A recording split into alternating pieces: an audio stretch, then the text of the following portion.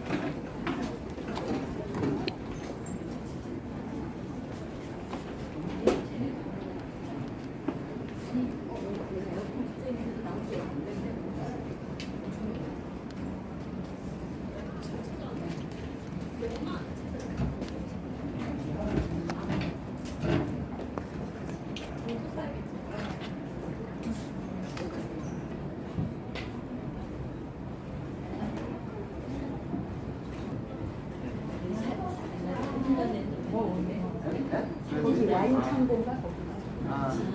예진이랑. 예진이랑. 미시령 출판 기념을 갖도록 하겠습니다.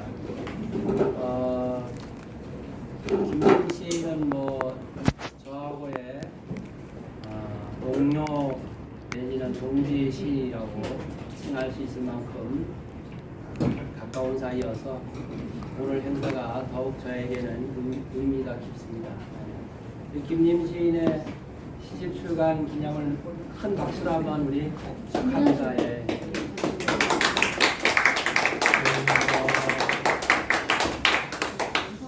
자, 우선 그러면 시인의 말씀을 조금 이따 듣도록 하고 이 시인 여는 시로 축시 낭송이 있어야 되지 않겠어요, 그죠?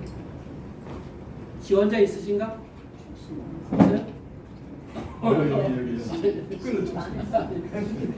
김선신 시범을 보여주셔야 자, 김선신의 여는 시 듣도록 하겠습니다. 예. 김선신 모시겠습니다. 예. 여기요? 예. 여는 씨는 한 번도 안 해봤는데 여기서 읽는 거잖아요. 방송해서 하셔야지. 암송은 제가 현관문에 붙여놓고 와요. 가스 확인하기. 그래서 암송은 안 되고 제가 색기지를 붙여갖고 쭉 읽었어요. 김림시님 저가 이제 나이 차이가 한 10년 나나요? 마이크 안 해도 되죠? 그럼. 선배님 그래요. 싸가지 없이 제가 이제 시험이나 같이 등단했고 그래서 선배님 그러는데 12년 만에 나온 거죠. 정말 오랫동안 많이 품고 있다가 이렇게 출산한 걸로 알고 있는데 그 중에 이제 저는 맨 처음 좀 부분에 홍어무침하고 맨 뒤에 초콜릿국 이게 이제 딱 이렇게 읽어보니까 이제 와닿았었어요. 이제 많이 그 뭐랄까 유치원생에서 초등생에서 건너뛰어서 대학원생이 된 것 같은 시가 엄청 이 녹립고 뭔가 좀 다듬어지고 깊이도 있고 그렇다는 느낌을 많이 받았어요. 그래서 지금 벌써 이제 저기 앞에 있는 또 시가 다 팔려야 오늘 집에 가잖아요. 시집이. 그래서 이제 벌써 또 사서 집으로 택배로 보냈고 바보같이 무겁게 또 막 들고 왔네. 여기서 하면 될걸. 그래서 정말 축하드리고 이 시집이 또 경기문화재단에서 또 기금 받아서 낸 걸로 알고 있어요. 되게 대단한 걸로 보이고 그래서 어찌됐건 홍어무침을 저는 한번 읽어보겠습니다. 이제 읽어보면 이렇게 간결하게 어머니의 부음 소식을 이게 제목만 들으면 홍어무침 하면 뭔가 전혀 어머니의 부흥 소식이라는 거와 이렇게 연결이 하나도 안 돼요. 그런데 읽어보면 하면서 뭔가 탁 치는 뭐가 있는 거예요. 그게 뭔가 저와 공감대가 되는지 한번 읽어보겠습니다. 홍어무침 16살 겨울 성탄절 저녁 주소도 없이 한두 번 엄마 손에 이끌려 갔던 외삼촌 집에 엄마의 부음을 전하러 간다. 구로동 소방서 어디께쯤 야속한 기억은 비슷한 골목길을 펼쳐놓았다. 미로 같은 골목에서 찾아낸 초록 대문 뒤 숨은 그림처럼 굳었던 외삼촌, 16 조카가 전하는 부음에 털썩 주저앉았다. 44 누이의 죽음 앞에 슬픔으로 밥상이 차려졌다. 그래도 산자는 밥을 먹는다. 어떠세요? 홍어 무침과 밥을 먹었겠지만, 그쵸? 이 시 속에서 44세 엄마가 죽었다는 게 드러나요. 그쵸? 보통 지금 여기 오신 분들 보니까 평균 한 25세 정도 될 것 같습니다만. 그쵸? 그런데 보통 저도 지금 이제 50인데 42세에 그쵸? 운명하신 엄마의 그 부음 소식을 삼촌한테 들려주러 갔을 때에 그때가 몇 살입니까? 되게 이제 궁금하고요.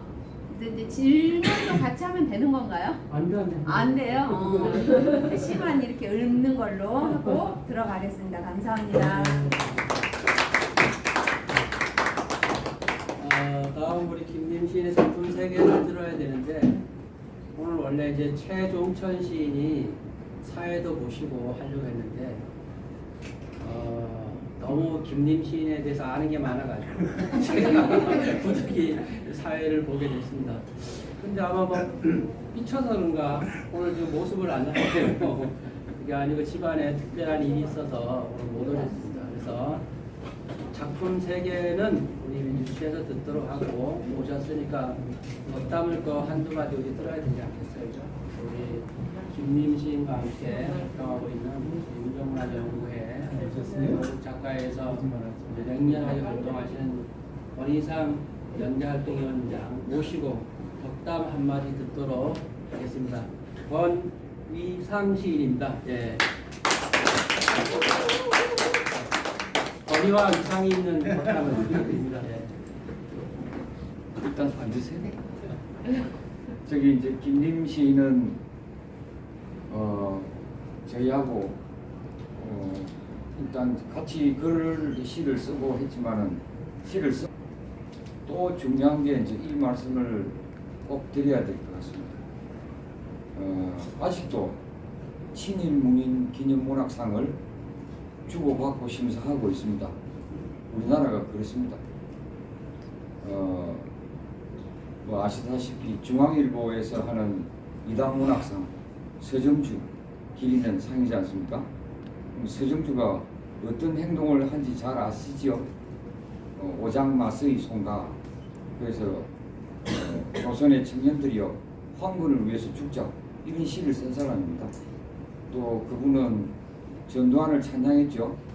한강 이런 시를 썼고, 그 다음에 또 친일한 사람이 김기진 그 평론했죠. 아주 극우주의자입니다. 그래서 김기진의 호 팔봉 비평문학상 해서 한국일보에서 했지 않습니까?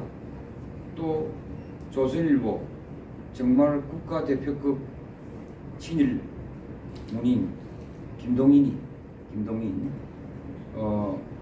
조선일보에 지금도 동인문학상 시행하고 있습니다. 우리 그 김림 시인하고 같이 우리 문학 동지들이 줄기차게 세미나와 집회를 하면서 운동을 한 결과 중앙일보의 그 미당문학상, 그 다음에 팔봉 비평문학상은 없어졌습니다. 그게 보통 신문사에서 시상을 하다가 안 하면 보통 그 사고를 내거든요. 회사 사자에 고할 고자 써서 우리는 여차여차해서 더 이상 미당문학상을 안 한다, 팔봉 비평문학상을 안 한다, 그렇게 안 했어요. 소리 소문이 없어졌습니다. 왜 그러냐? 창피스럽거든요. 그걸 어떻게 공지합니까? 그 3개를 집중적으로 했던 이유는 거기가 중앙 언론이 돼서 계속 하면 할수록 이 권위가 붙어요. 그래서 집중해가지고 했는데 아직도 조선일보의 소설 부문 동인문학상이 남아있다. 그거 없애려고 폐지 운동을 우리 김림 시인하고 오랫동안 같이 했습니다. 김림 시인께 또 이 대목에서 박수 한번 치주십시오. 김림 시인의 소중한 시집을 또 말씀을 오늘 같이 한번 들어보면 좋겠습니다. 감사합니다. 아유, 감사합니다. 이제 시인의 시간으로 들어가겠습니다. 오늘 오신 분 간단한 소개를 제가 아는 분과 하겠습니다. 우리 권희상 시인 하셨고, 우리 강태승 시인 오셨습니다. 최상근 시인, 그다음에 카메라 배식을 계신 우리 김이하 시인, 앞쪽에 카메라 지금 메고 계시는 장우원 시인, 오세미 시인, 나머지 분들 잘 모르는데 김선 시인 직접 한번 소개해 주세요. 오른쪽부터 저 막내 남동생이고요. 아들 아니고요. 동생입니다. 그리고 옆에는 이제 저희 딸하고 사이. 어디서 그리고 이제 박희정 선생님. 박희정 제가 소개 아닙니까? 박희정 선생님. 뒷줄에는 오세미 하셨고 그 옆에 이제 박영선 시인이시라고요. 예예. 저번에 그 구름다리 떠오릅니다. 시집 발간하셨어요. 많이들 봐주시고 그 옆에는 이제 전영숙 시인. 감사합니다. 뒤쪽에는 이제 저희 친구인데 주윤영이라고 또 시를 좋아하고 또 시를 이제 쓰고 싶어하는 친구예요. 그래서 이제 그걸 좀 보일 것 같아요. 그 옆에는 이제 김서하 소설가. 예. 저는 연인인 줄 알고 처음에는 너무 아름다우신 분이 와서 무슨 연예인이 오셨구나 이랬거든요. 소설 쓰시는 김서하 소설가고요. 그 옆에는 이제 우리 인천의 명사 장은준 씨라고. 네. 그리고 옆에는 제가 저는 김종석입니다. 지금 치아문화에서 시를 공부하고 있습니다. 네. 감사합니다. 그리고 저 옆에는 이제 저희 언니랑 형부. 그리고 저 끝에는 이제 저희 언니 딸. 네, 그렇게 되네요. 근데 시어문화에서 제가 여성 동지들한테 되게 인기가 없나 봐요. 거기 안 계시지 왜? 박성민. 이병국 시인 나왔어? 제가 우리 이병국 시인 겸 평론가예요. 네네. 오늘 그냥 마지막에 하는 거예요. 우리 저희 푸른 사람 시설에 많은 해설을 써주고 네. 계시는 오늘 또 직접 보기 처음입니다. 네. 우리 박병선 시인. 이번에 시집 나온 사라져간 붉은 꽃잎들의 박병선입니다. 마지막으로 여국현 시인 오셨네요. 여국현 시인. 그러면은 화기애애한 분위기에서 우리 그 김림 시인 이번에 12년 만에 시집을 냈잖아요. 네. 시집을 낸 소감 어떠신가 이렇게 듣고 싶고 오늘 민족문학 연구에 많은 분들 오셨는데 이런 인연에 대해서도 한번 겸사겸사 소개 말씀을 드리겠습니다. 네. 부탁드립니다. 네. 이제 오늘이 주말이잖아요. 그리고 진짜 황금 같은 시간을 여기 굳이 오셔가지고 아까운 시간을 이렇게 저한테 쓰시니까 들고요. 제가 이제 시집을 12 내게 됐는데 사실은 이제 시집을 내야겠다 그런 생각을 시인이면은 거의 해야 되는데 저는 그렇게 열심히 못했던 것 같아요. 그래서 부회적으로 이제 이렇게 우리가 친일 반대 운동을 하면서 거기서 이제 사회 현상이라든가 이런 걸 보면서 좀 분에 못 이겨서 막 시를 썼던 게 좀 많이 있었던 것 같고 그 전에 이제 써왔던 시들을 문예지나 이제 이런 데 발표를 하면서 보니까 나중에 문득 생각한 건데 이 시집이잖아요. 시의 집. 근데 제 시들이 집이 없으니까 이 고아들 같은 느낌이 들더라고요. 그래서 이 시들이 어떻게 보면 여기에 실린 거 말고도 이제 집을 찾지 못해서 막 사라져간 시들이 많은 거예요. 그래서 이제 시를 갑자기 내겠다라고 생각을 하고 부랴부랴 이렇게 정리를 하다 보니까 나중에 보니까 이렇게 챙기지 못한 애들이 좀 있더라고요. 그래서 좀 이래서는 안 되겠다. 사람이 계획을 좀 열심히 세워서 그거를 차곡차곡 해야지. 그동안 너무 게으름을 많이 부렸던 것 같아요. 그래서 제가 그 시인의 말 쓸 때도 사실은 무슨 말을 써야 될까 조금 고민을 하다가 이제 반성문을 썼어요. 그게 말하자면 이제 저희 반성문인데 어느 날 그 저희 집에 이제 테이블 야자 그 화분이 있는데 얘네들은 정말 보니까 꽤 오래된 것 같아요. 제가 이제 조그만 포트 화분을 사서 심었는데 걔네들이 이렇게 조금씩 커가면서 보니까 매년 봄에 이렇게 테이블 야자꽃 보셨어요?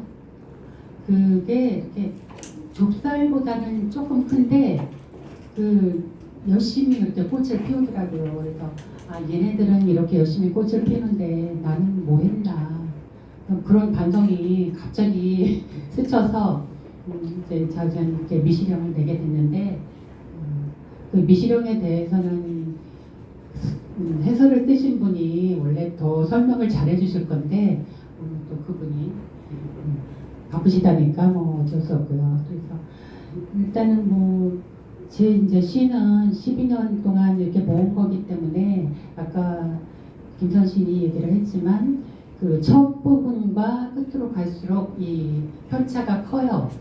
그래서 이게 처음에는 좀 아장아장 이제 걷는 느낌으로 이렇게 싫다가 나중에는 이제 조금 이렇게 시에 대한 인내성이 없는 분들도 있으니까 우리는 이제 그 사회적인 현상이라든가 그런 거에 대해서 인내를 갖고 시를 읽게 되지만 사실 시를 또 이렇게 무거운 주제를 안 좋아하는 분들도 있기 때문에 그래서 이제 조금 무거운 주제는 이제 뒤로 좀 빼서 이렇게 꾸려봤는데 그 사회적인 우리가 이제 지금 굉장히 불합리한 일을 많이 보고 있잖아요. 그래서 시를 통해서 이제 사람들이 봤을 때 조금이라도 이런 일이 있구나. 그거를 사람들한테 알려주는 거는 사실 시가 제일 적격이지 않나 그런 생각이 들어서 좀 앞으로도 이제 조금 줄이긴 해야 되겠지만 그런 주제는 행복한 좀 시를 쓰고 싶어요.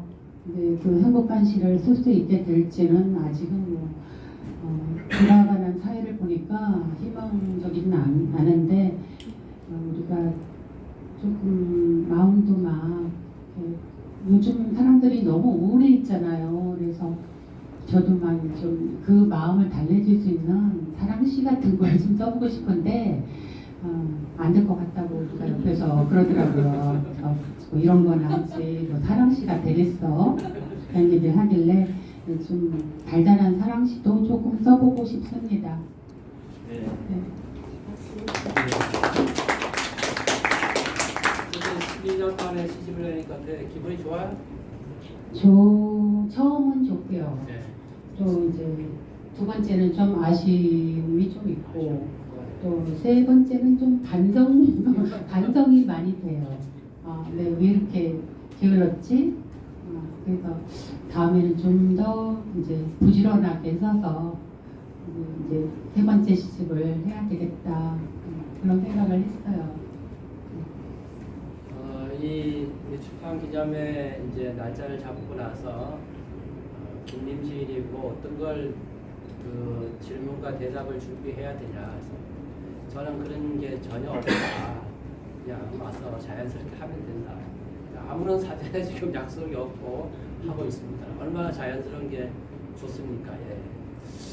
자, 다음 아까 우리 김선 시인이 낭독해 주신 홍어무침이라는 시가 있어요.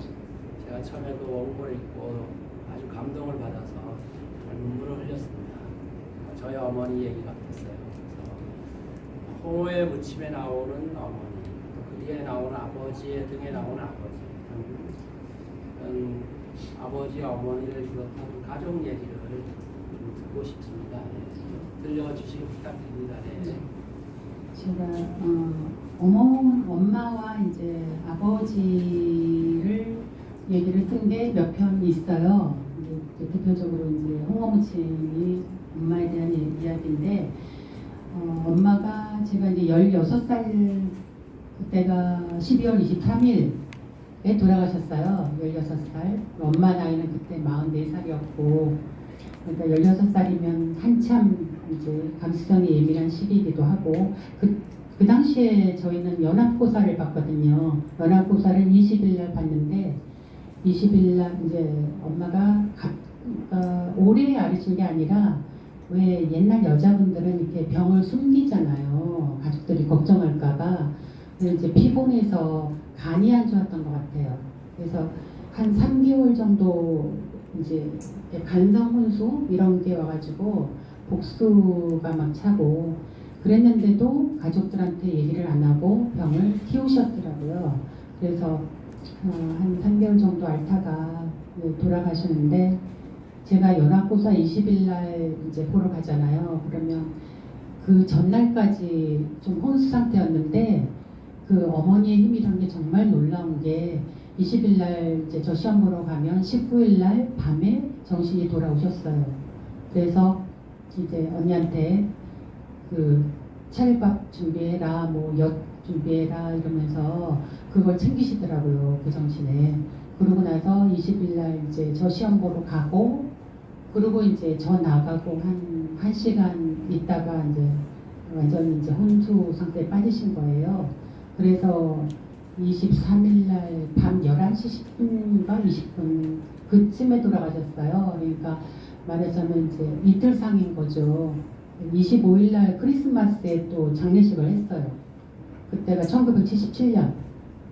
그래서 그때 이제 그 벽제를 가면서 제가 이렇게 봤더니 화이트 크리스마스는 아니었어요. 그때 좀 추웠는데, 그래서 벽제로 가면서 그 당시에 뭐가 유행했냐면 나 어떻게라는 노래가 그때 딱 그 대학가요제 제1회 대학가요제에서 그 샌드페블즈라고 나 어떻게가 대상을 탔잖아요.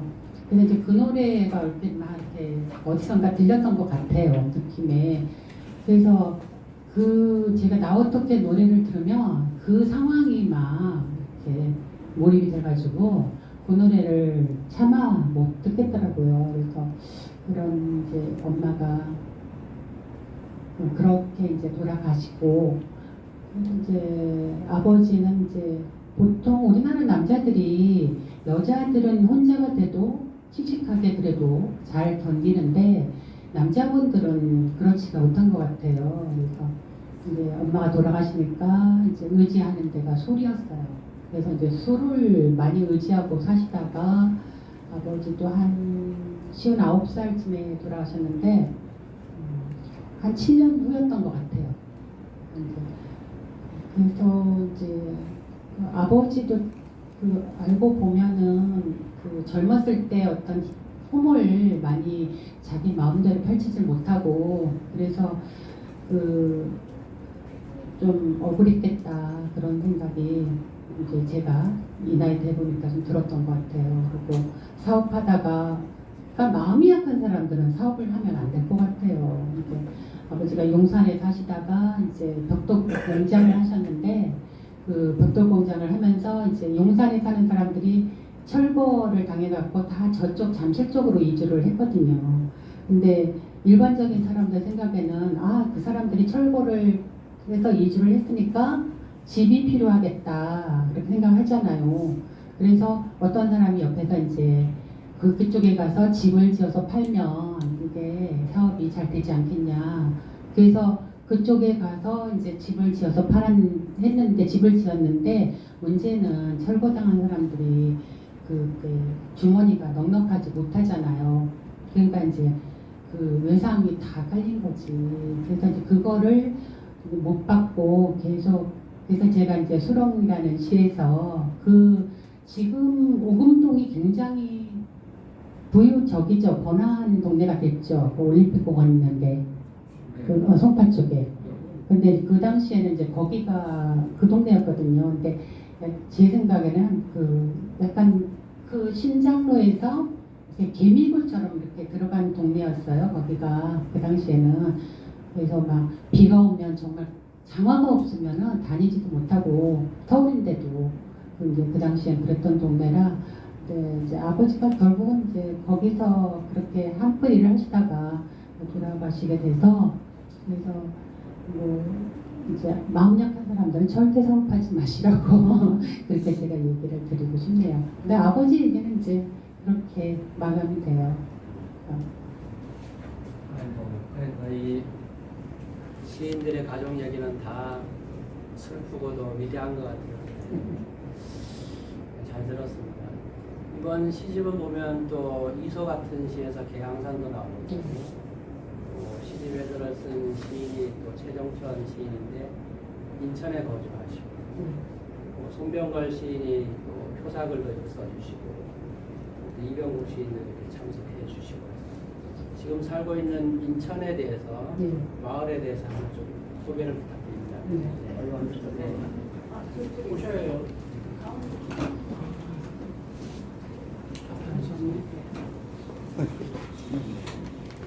근데 인천에 제가 이제 한 2000년 막 이제 들어와서 이제 지내기 시작을 했는데 그 인천이라는 그 지역의 특성이 이제 제가 느끼는 건지 모르겠지만 사람들이 정을 이렇게 깊게 그리고 내 고향이다라고 생각하게끔 하는 뭔가가 조금 부족한 것 같아요. 그게 왜 그런지 모르겠지만 그래서 인천의 그 지역적인 특성이 이제 여러 이제 우리나라 그 전 지역에서 이주해 와서 살면서 사실은 서울에는 또 너무 집값도 비싸고 그러니까 서울에는 입성을 못하고 이제 서울의 어떤 변두리 같은 느낌. 근데 이제 그거는 이제 제가 가진 저도 이제 서울이 고향이다 보니까 그렇게 생각을 했는데 인천엔 또 개항이잖아요. 인천이. 그래서 제가 모르는 인천에 또 끈끈한 역사 같은 게 있는데 그거에 대해서 이렇게 애정이 좀 덜 가더라고요. 제가 너무 변두리 살아서 그런가 봐. 그래서 한 인천에 중앙쯤 살아야 되는데 제가 인천의 변두리 쪽이거든요. 그 영종도 앞에 서구 쪽에 사는데 그래서 사실은 마음이 이제 서울이 저는 항상 이제 고향이다라고 그런 생각을 가지고 있어서 그런 것 같기도 하고 그래서 앞으로는 인천에도 정말 좋은 문인도 많고 또 좋은 사람도 많고 또 인천이 이렇게 막 아기자기해요. 막 산 같은 것도 그렇고 저 지역적인 특성은 정말 좋은 곳인데 바다도 있고 그래서 저희는 심심하면 영종도로 바람 쐬러 가요. 근데 이제 그게 아쉬운 게 하나 뭐냐면 다른 이런 바다와 접해 있는 데는 우리가 바닷물을 이렇게 만지기가 쉽잖아요. 뭐 서산이나 이런데. 근데 인천은 그 기관 시설들이 많기 때문에 철조망으로 이렇게 다 막혀 있어요. 그래서 인천은 진짜 바닷물 한번 만지려면 영종도로 건너가야 돼요. 그것도 영종도 건너서 또 뭐 잠진도, 용유도, 뭐 무의도 이쯤 가야 이제 그나마 바닷물에다 발이라도 이렇게 담가볼 수 있는 그런 제약이 좀 많아요. 그래서 인천이 바다이면서도 인천 나름으로는 좀 억울한 느낌도 있어요. 그러니까 그 내천자가 그러니까 바다가 아니고 그래서 내천자인가? 어떤 때 그런 생각도 들고 근데 또 인천도 많이 사랑하려고 노력하고 있습니다. 제가 어제 인천을 갔었어요. 신도시 처음 가봤습니다. 김수영 시인 부인 김영경 여사가 어제 97세 생신이어가지고 김영경 여사 모시고 또 김영경 여사의 오촌 조카가 되는 김세원 방송인 생일이 이제 하루 차이예요. 두 분을 모시고 어제 신도시에 가서 생일 잔치를 열려고 신도시 가보니까 완전 강남이더만요. 이미지로 생각했던 인천이 아니고 완전 강남과 같은 신도시가 마련되어 있었습니다. 저는 부천에서 몇 해 산 적이 있어요. 그래서 토요일하고 일요일만 되면 인천에 가가지고 이상시를 매주마다 이상시를 열심히 읽었던 그런 기억이 있습니다.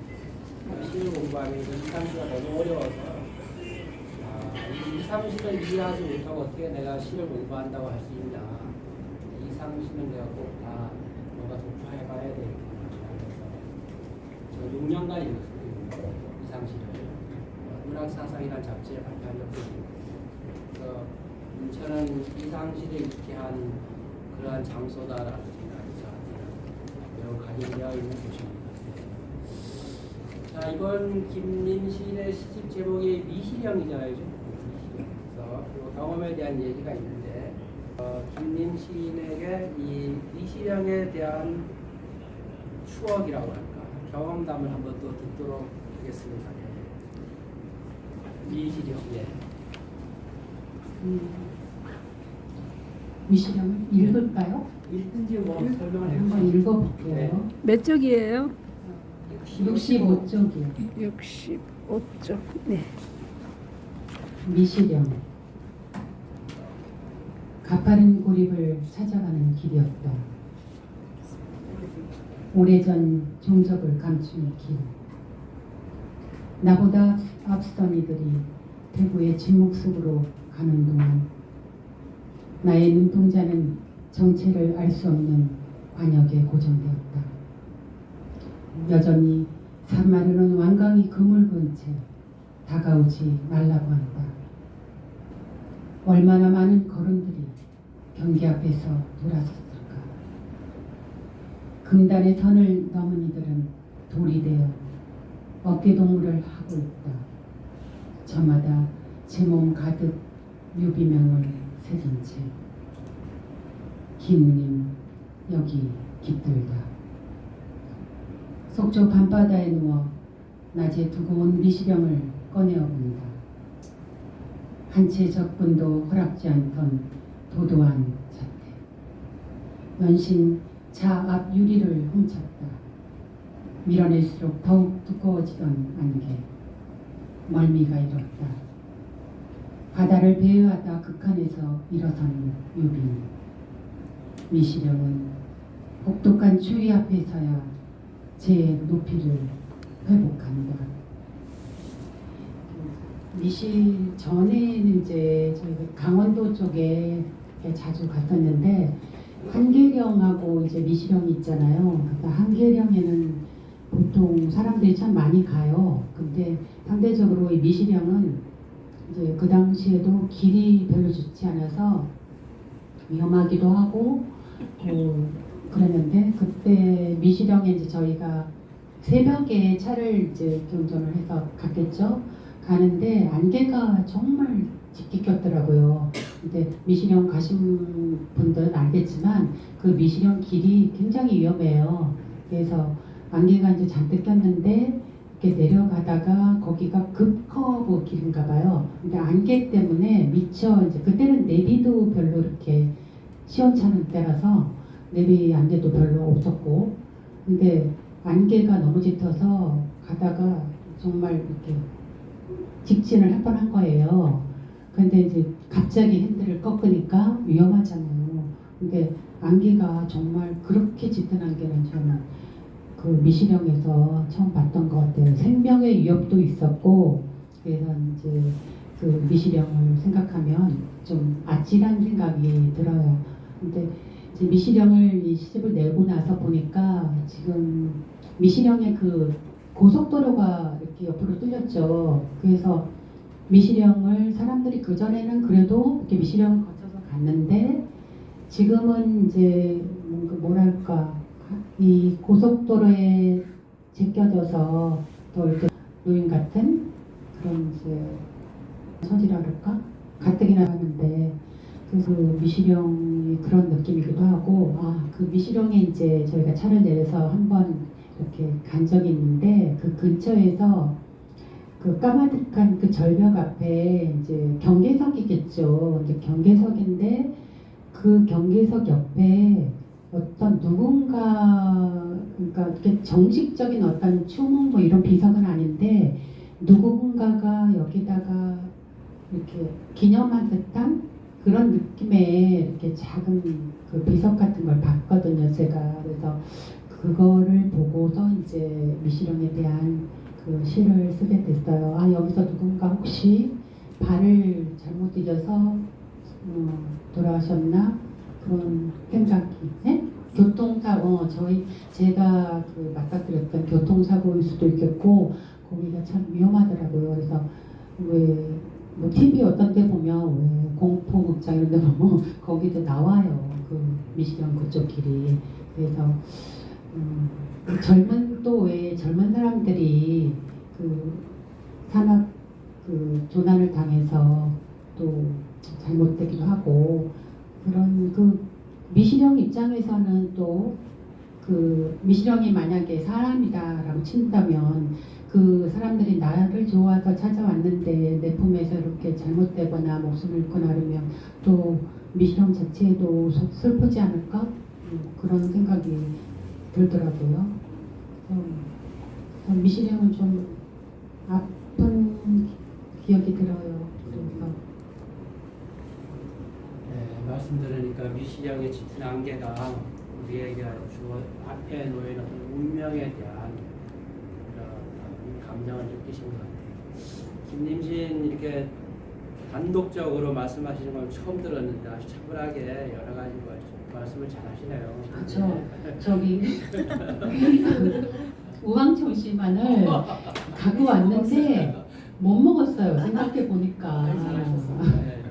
그래서 오늘 김님신의 시집 출판 기념 어떤 기념일이기도 하지만 여러 문단의 선후배가 함께하는 즐거운 잔치 날이기도 합니다. 그래서 오늘 보니까 늦게 오신 분들 여러 귀한 선배님도 오셨는데 덕담을 또 안 들을 수가 없는 것 같아요. 그래서 제가 몇 분 또 부탁에 말씀드리겠습니다. 우선 우리 김창규 시인이십니다. 지금 청주에서 오셨는데 이번에 이사 세종으로 가셨죠? 네. 세종에서 오셨는데 지금 한국작가회의 통일위원회 위원장을 맡고 계십니다. 후배님 나오셔서 한번 덕담을 드리겠습니다. 안녕하세요. 저와 같이 온 분 목사님이신데 이제 후배 목사님이고 홍성표 목사님. 저는 김님신하고 인연이 세월호 광장에서 물론 그 전에도 뭐 쇠고기 수입하는데 광장에서 데모할 때 촛불을 들 때 그때는 정말 자주 만났어요. 그러니까 지금으로부터 횟수로 따지면 세월호가 2014년이니까 벌써 9년이 됐죠. 5년 전에는 정말 일주일에 뭐 한 보름에 한 번씩 봤는데 지금은 뭐 이렇게 그 코로나로 인해서 못 보기도 하고 그랬어요. 그런데 김님을 봤을 때 김님은 좀 차분하면서 좀 열정적인 시인이다 그렇게 느껴졌고요. 그리고 뭔가 꽂히면은 그들하고 자기가 행동하는 그런 대표적인 여성 시인으로 이렇게 제가 기억되고 있고요. 사실 제가 미시령 시를 읽으면서 오늘도 아까 들었지만 여성적이다. 정말 대단한 그런 시다. 뭐 한계령이 나오는 노래도 있잖아요. 근데 미시령도 노래로 나왔으면 좋겠다는 생각을 하고요. 앞으로 큰 발전을 빌고 또 인천에 아까 얘기한 우리 김수영 시인 사모님이 됐지만 제가 김수영에 꽂혔었어요. 젊은 시절에. 대학 다닐 때 필히 읽어야 될 책 도서 중에 김수영 거대한 뿌리 시. 앞으로 한국 문학사에 있어서 특히 푸른 사상을 좋아하는 것은 차별 없는 모든 사람에게 평등한 소통을 위한 그런 자기다. 그렇게 생각을 합니다. 앞으로 무궁한 발전을 빌면서 인사드립니다. 고맙습니다.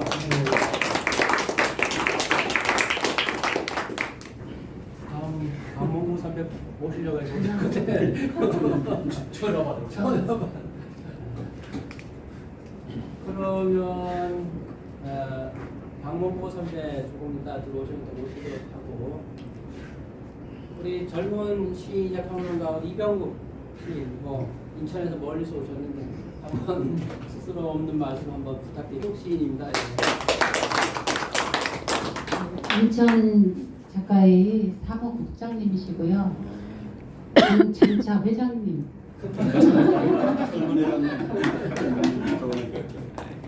뭐 저는 뭐라고 말씀드려야 될지 잘 모르겠습니다. 그냥 이거 정말 축하드리고요. 저는 그 실험권의 낭독을 하고 싶습니다. 그냥 낭독 하겠습니다. 네, 열정이 120쪽에 있는 여전히 먼이라는 인천을 다루고 네. 있는 시이고요. 저 역시 지금 이 시에 나와 있는 것처럼 김림 시인이 느꼈을 법한 그 마음, 그 혼란함 혹은 어떤 그 방황 대회의 어떤 그 언저리에서 끊임없이 자기 자신을 돌아볼 수밖에 없는 그런 느낌들이 있어서 이 시를 낭독하도록 하겠습니다. 여전히 먼 김림. 태양은 머리 꼭대기에 있고 그림자는 발밑으로 숨어있던 여름 한날 1번과 2번 사이 계단을 오르내린다. 온통 땀으로 미끄러운 오름. 짐을 보여 남광장 방향으로 오라던 제이. 영내에는 1번 출구, 2번 출구만 있을 뿐. 어디에도 남광장으로 가는 이정표는 보이지 않는다. 모국어로도 소통이 되지 않는 한 시간의 엇갈림은 결국 미로에서 멈추었다. 20년째 깃들어 사는 깊은 골짜기, 우병초처럼 걷도록 여전히 하얗다. 연안부두에서 버스를 타면 구불구불 2시간이 넘어 인정내에 가보다 내려놓고 사라지는 미로버스. 중부의 동북쪽에는 서구가, 서구의 아래쪽에는 동북가. 중구난방 펼쳐놓은 지도 위에서 아득히 방향을 잃는다. 혼란스러운 어떤 방향 상실, 그 와중에 시라고 하는 어떤 중심을 붙잡고 나아가시는 시인의 출발 축하드리겠습니다.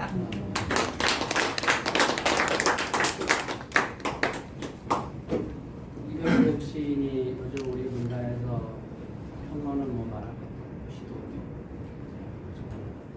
시 분야, 평론 분야 한 작가인데 오늘 처음 뵙는데 아주 조용하시네요. 아주 조용조용하시네.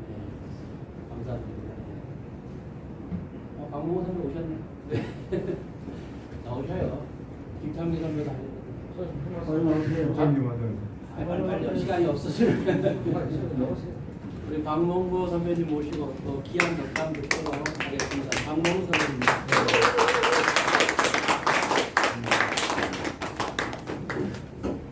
김민희 그 시집이 지금 두 번째죠. 좀 축하드리고. 지난 실은 제가 이제 또 오늘까지도 김민희 시인이 오게 하는데 징검다리 정도 역할을 좀 한 사람인데, 지난번에 그 김민희 시인이 제가 그 첫 시집 제목은 제가 좀 까먹었는데, 근데 그분이 이제 좀 그때는 본격적으로 이렇게 실 쓰고 그 좋은 문우들을 만나기보다는 조금 마음에 좀 안 드는 시집이었던 것 같아서 저희가 이제 최종천 선생님이 저한테 소개를 해가지고 같이 이제 시 공부도 하고 이제 원래 저희가 이제 그 시화문화 이제 같이 활동을 하고 시화문화로 이제 등단을 또 새롭게 이제 등단을 하고 활동하게 좀 됐었는데, 그 뒤에 보니까 이제 좀 그 뒤에 김창기 시인이 약간 잠깐 말씀이 있었지만은 근데 그 초창기 시제 보면은 상당히 어떤 거 뭐랄까 일종 문천 기질이라든가 이제 그런 내용이 많이 돼 있었는데 어떤 이제 시험이나 소개하고 또 최종천 선생하고 이제 좋은 어떤 거 좀 이제 문우들 만나면서 이제 또 우리 촛불 항쟁 기간 동안에 꾸준히 이제 참석을 하고 또 이제 맹문재 교수 또 이제 계시는 민족문화연구회까지 이렇게 활동폭을 이렇게 많이 넓혀가는 이제 그런 걸 이렇게 보게 됩니다. 그래서 또 한편으로 이제 등단도 상당한 어떤 연조가 좀 됐는데 그래서 요즘 들어서 새롭게 이제 변신을 해서 하는 어떤 거 이런 실정 여정을 하고 있으니까 또 어떤 의미에서는 앞으로는 이제 선배들보다는 뒤에 어떤 그 후배들한테 좀 더 넓은 길을 열어주고 또 좀 더 이제 좋은 시의 이제 좀 전공을 보여주는 이런 시집도 좋지만 또 이렇게 좋은 시 많이 쓰는 계기가 되기를 바람하지 않습니다. 그것도 축하합니다.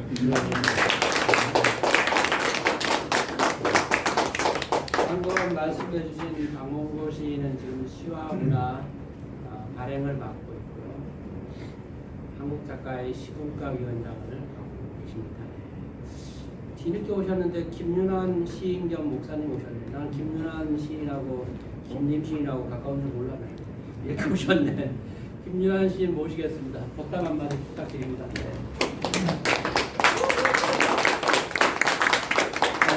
늦어서 죄송합니다. 축하드려요. 2018, 뭐 그쯤에 종천이 형하고 같이 우리 강국지 연꽃 테마공 한번 들어본 적 있죠? 연꽃 공원 기억 안 나세요? 인연을 끄집어 올리려니. 저는 이제 시집을 미리 받았는데요. 진짜 제가 좀 뭐 건방진지 모르겠습니다. 그 전에 시집보다는 좀 사뭇 다른 거라서 제가 많이 충격받았고요. 감사했습니다. 그 연산군 유배지에서 이 시가 저한테 많이 와닿았거든요. 제가 하나 읽고 수도 있는데 남자들 마음속에 연산군 한 명쯤 키우고 있는 것 같아요. 주색이 아닌 외로움과 고통, 고독, 버림받음 그럼에도 불구하고 강한 척하다. 그래서 저 안에도 그게 있을 줄 몰라요. 목사라고 뭐 별게 다르지 않거든요. 한번 읽어보겠습니다. 32페이지. 32쪽입니다. 유배지에서 구름 위에 뜬 섬 하늘에 닿을 듯 고개를 들고 무어라 말하려다 말을 삼킨다. 자맥질에 지쳐 쓰러진 물살 지키지 못한 뽕나무 밭의 누에들은 어찌 살다 갔는지 무태 오르지 못한 바다는 조바심이나 섬 언저리를 배하고 해찌개를 밟고 오는 땅거미는 한 잔의 어둠과 비밀스런 지상전을 준비한다. 대나무 죽고 난 봄 잔등 위로 언 땅 죽어라 움켜진 늙은 손 오래도록 기척 없는 오후 오도 가도 못하는 가시나무 군락은 슬픈 한 사람을 에워싸고 있네. 정말 좋은 시입니다. 축하합니다. 네, 방금 시를 낭송해 주신 김윤환 시인은 목회활동도 하시고요. 또 생명과 문학이라는 문학 잡지도 지금 발행을 하고 계시고 민족문학연구회 편집위원장도 맡고 계시고 한국 작가의 그 무림복지위원회는 하시고 사임설인데 안 받았네. 무림복지위원장을 또 맡고 계십니다. 네, 감사드리고요. 또 신앙성 우리 최상근 시인이 계십니다. 최상근 시인은 영화 배우이기도 합니다. 시도 낭송해 주시고 요즘에 출연한 영화가 뭔지 한번 홍보도 해주시고 최상근 시인 모시겠습니다. 네.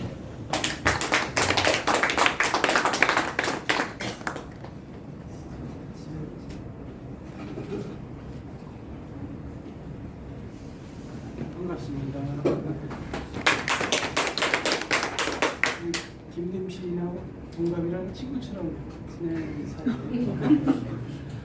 하여튼 인연을 크게 올려줘. 동안이십니다. 나는 큰 오빠인 줄 알았는데. 제가 영화 활동한다고 참여해 주셨는데 작년에 정년퇴직을 했어요. 공기업에 한 41년 11개월 다니고 작년 말에 퇴직을 하면서 뭘 할까 하다가 예전에 연극 배우 한 10년 정도 한 경험이 있어요. 그래서 퇴직하고 영화 배우 한번 해봐야 되겠다, 도전해봐야 되겠다. 그래서 2021년부터 매체 연기를 좀 공부를 하고 해서 2021년부터 이제 독립영화 좀 배우 목소리가 너무 작아요. 독립영화 한 30편 정도 찍고 상업영화 한 편 찍고 드라마 2편 찍고 3편 지금 계획이 되어 있습니다. 앞으로 텔레비전이나 뭐 OTT 같은 데 가끔 이렇게 간역으로 할 수 있을 것 같아요.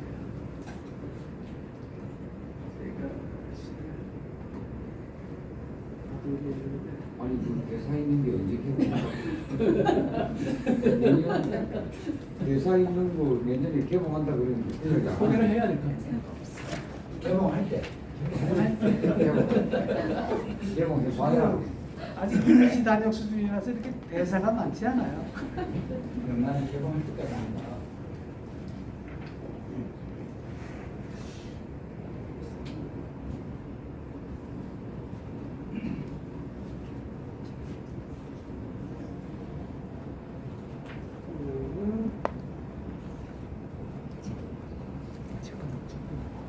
외워서 오셨나 봐. 근데 제가 좋아서 있는데 좀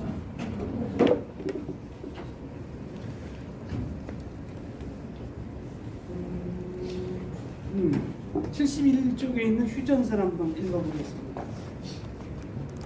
휴전선 김림 회복한 채로 생살 드러낸 채로 정전되어버린 수술실 시뻘건 핏물은 다리 아래로 흘러 반세기가 넘도록 옮기는데 집도인은 어디로 갔느냐.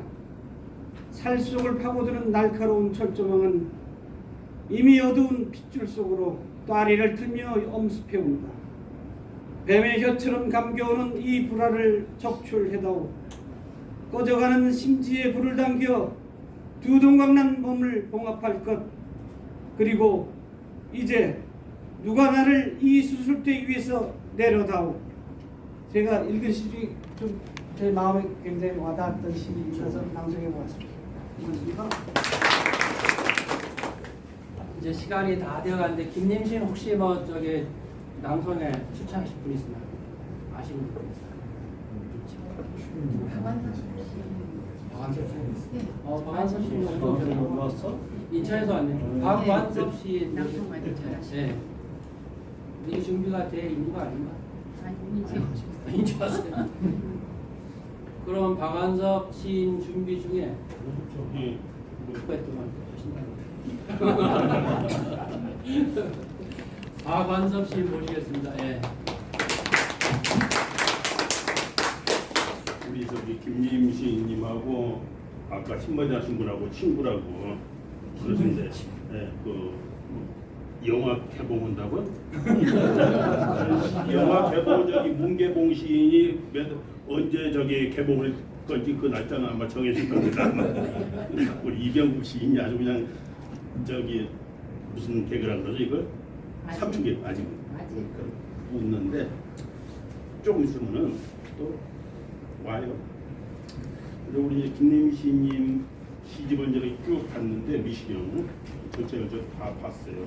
봤는데 예, 같이 농성장에 가가지고 낭송했던 시들도 좀 있고 또 인천 민주화 개성사업회에서 저기 낭송했던 시들도 있고 또 이번 또 우리 또 저기 서울시청 저기 기아 비정규직 고공농성들 시들도 있고 같이 했던 시들이 있어가지고 오늘 낭송해 줄 시는 68페이지에 저기 행잉 코피스라고 낭송해 드렸습니다. 하늘이 더 가까울 듯 높다랗게 늘어선 서울시청역 전광판에 벌써 몇 달째 누에꽃이 달려있다. 설을 앞두고 다들 고향 가는 길을 서두르는데 부산은 거리와 등을 돌린 채 묵념하듯 매달려 북악산에서 몰려오는 찬바람을 견디고 있다. 손을 놓으면 멀리 궤도 밖으로 던져질까 두려워 끝끝내 힘주어 잡은 강경이다. 메아리를 삼켜버린 에코 계곡, 온몸으로 말하는 누에꽃이 2개 번뜩이며 돌아가면서 말풍선 쏟아내는 전광판에선 주워들을 것 하나 없다고 맨몸으로 명절을 넘기고 있다. 모델들의 미끈한 다리를 닮은 터블리는 광고판 쪽을 질주하고 넥타이를 꽉 조인 셀러리맨들 빌딩숲에 쏟아지지만 말풍선 밖에 버려진 거짓들, 누구 말하지 않는 겨울 누에꽃이들은 더욱 높은 데로 올라갈 채비로 분주하다. 연기가 피어오르지 않는 불도 식어버린 불씨를 되살려야 한다. 수당도 퇴근도 없이 무기한을 견디며 지상의 사람들과 교신이 끊긴 날 고층기를 잃어버린 한민과 접선 시도 중다. 하나님의 안테나 하나 얻어 전광판이 다 옮기지 못한 날 북악산으로 연방 날리지만 광화문 높은 담벼락 오지 못하고 떨어져 산산이 부서져버린 약속 널리 나누기 위하여 더 높은 사랑을 모른다.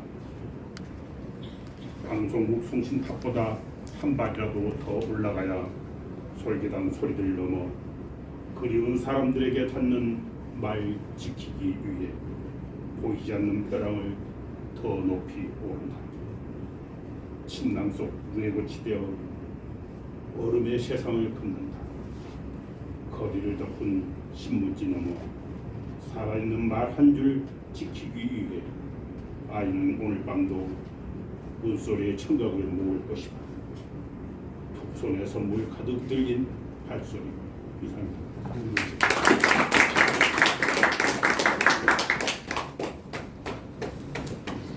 시 낭송 한 분 더 모시고 다음에 김림 시인의 앞으로 계획 말씀 듣고 오늘 행사 마치도록 하겠습니다. 시 낭독 추천이 들어왔습니다. 권인상 사무총장님께서 김서하 소설가를 적극적으로 추천하십니다. 준비가 다 돼 있다고 합니다. 김서하 소설가 모시겠습니다. 네.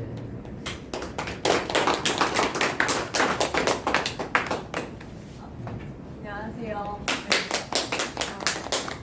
작년에 축복작가에서 신인상을 받고 올해 이제 소설집을 처음 냈어요.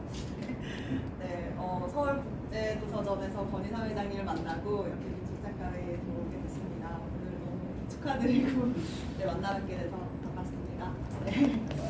소설 제목 얘기를 해야지. 네. 소설 제목은 단 하루이고요. 단편 소설 4편으로 엮여진 단편 소설집입니다. 잘 받았어요.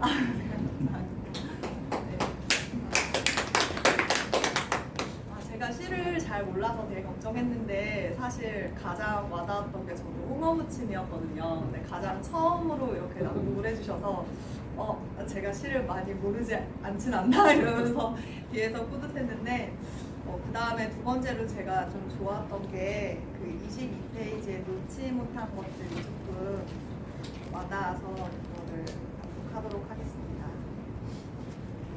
놓지 못한 것들. 오래된 옷들을 정리하다 눈에 들어온 서로 끝이 빈 머플러.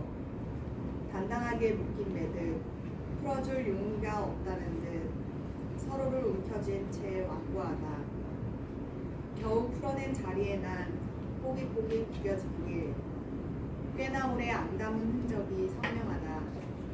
내 마음속 어느 갈피에도 단단히 꼬여 풀어내지 못한 매듭, 놓지 못해 고인 방금 남았는가.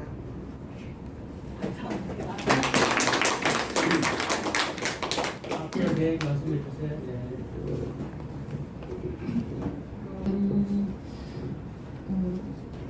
딱히 시를 열심히 써야겠다. 이왕이면 잘 써야지. 이제 이렇게 시를 이제 잘 모르는 이제 일반 우리 이제 대중들도 이해하기 쉽게 제시가 어렵다고들 하셔서요. 그래서 좀 더 이렇게 쉬운 언어로 잘 써보고 싶다는 생각을 하고 있습니다. 그리고 오늘 너무 바쁘신데 정말 이렇게 자리를 함께 해주셔서 정말 너무 감사합니다.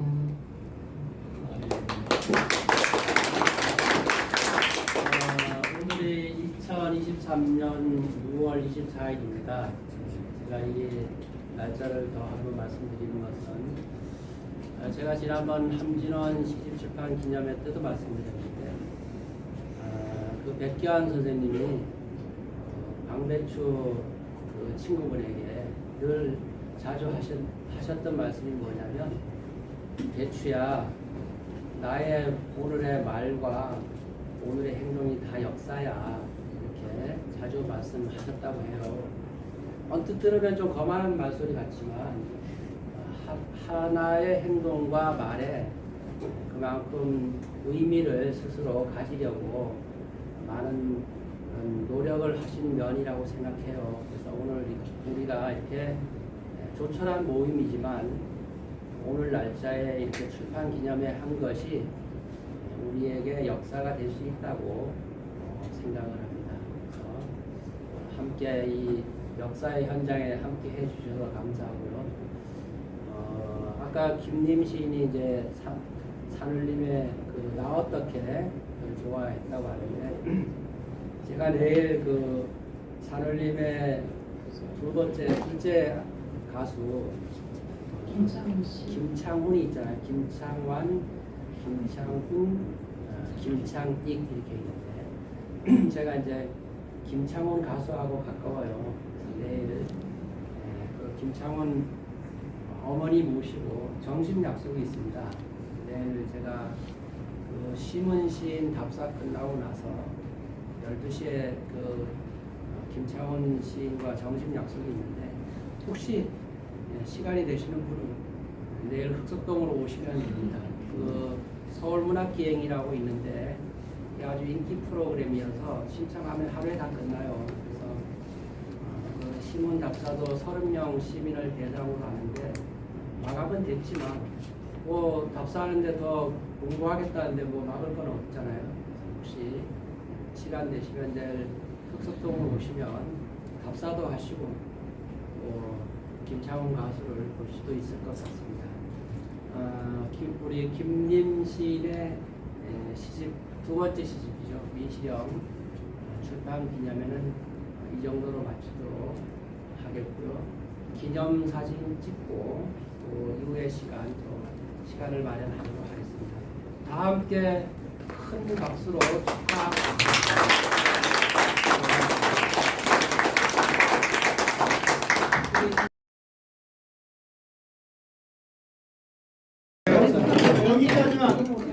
여기까지만.